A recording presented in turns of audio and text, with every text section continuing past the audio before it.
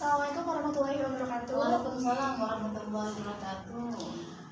Yang saya hormati Ibu Muzayana MPD selaku dosen pengampu dari mata kuliah studi kelaikan bisnis. Terima kasih Ibu sudah menyempatkan waktunya untuk hadir. Perkenalkan saya Lia Rahmawati, mahasiswa akuntansi dengan NIM 23012175 dari kelas AK 23B. Di sini saya akan mempresentasikan hasil dari studi kelayakan bisnis saya pada UMKM Gayas Takoyaki. Selanjutnya yaitu langsung ke latar belakang Ibu. Di sini UMKM sendiri itu kan berperan penting di perekonomian Indonesia sebagai penggerak ekonomi. Nah, dari data Kementerian UMKM RI itu jumlah UMKM-nya sudah mencapai 65,5 juta per unit. Nah, di sektor kuliner sendiri untuk street food itu memiliki peluang yang besar Ibu karena harganya itu kan terjangkau dan mudah diakses serta diminati di berbagai kalangan.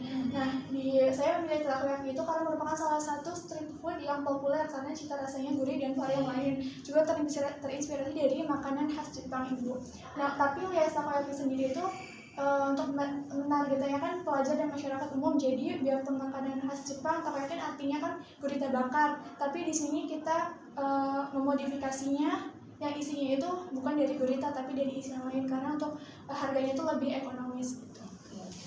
Untuk tujuannya sendiri itu tujuan diadakannya studi kelayakan bisnis yang pertama untuk menilai apakah usaha Gayas Takoyaki itu layak untuk dijalankan atau tidak. Lalu selanjutnya di sini ada gambaran umum usahanya Ibu. Untuk nama usahanya sendiri Gayas Takoyaki ini sudah berjalan hampir 3 tahun karena dari tahun 2022.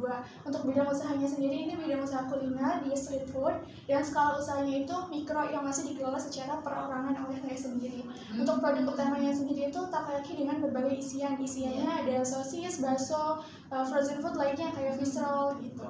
Untuk harga jualnya sendiri 1.000 per piecesnya dan sistem penjualannya itu produksi dan penjualannya secara langsung di lokasi. Untuk lokasi penjualannya, kalau misalkan pagi itu di lingkungan sekolah. Sekolah mana? Di sekolah dasar. Dasar mana? Di daerah Talun di SDN 1 Kerandon. Tapi kadang Kerandon. pindah-pindah juga, ya bisa di SDN 1 Sampiran gitu. Karena kan kalau UMKM, maksudnya kalau jualan kayak gitu kan ada masa bosennya gitu. Jadi biar nggak bosen itu pindah-pindah. Sedangkan kalau untuk sore sama malamnya itu di pasar malam. Pindah Ibu, jadi misalkan hari Senin di desa A, Selasa desa B gitu. Target pasarnya sendiri pelajar, mahasiswa, dan masyarakat umum.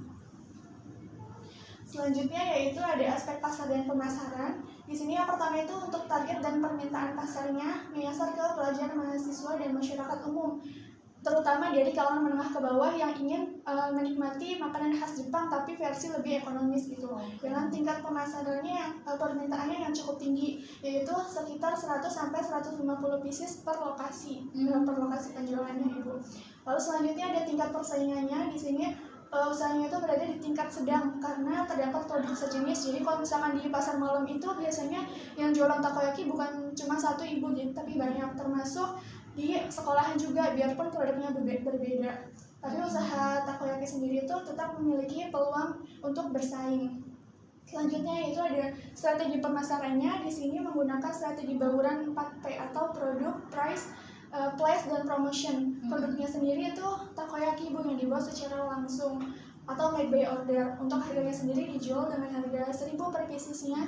Yang selanjutnya place-nya itu di sekolah dan pasar malam, tapi kita juga bisa pernah ke tempat hiburan kayak misalkan ada orang pernikahan gitu jualan, ataupun event-event kampus kayak contohnya kemarin di FEB Festival sama Milad UMC di kampus 2 gitu.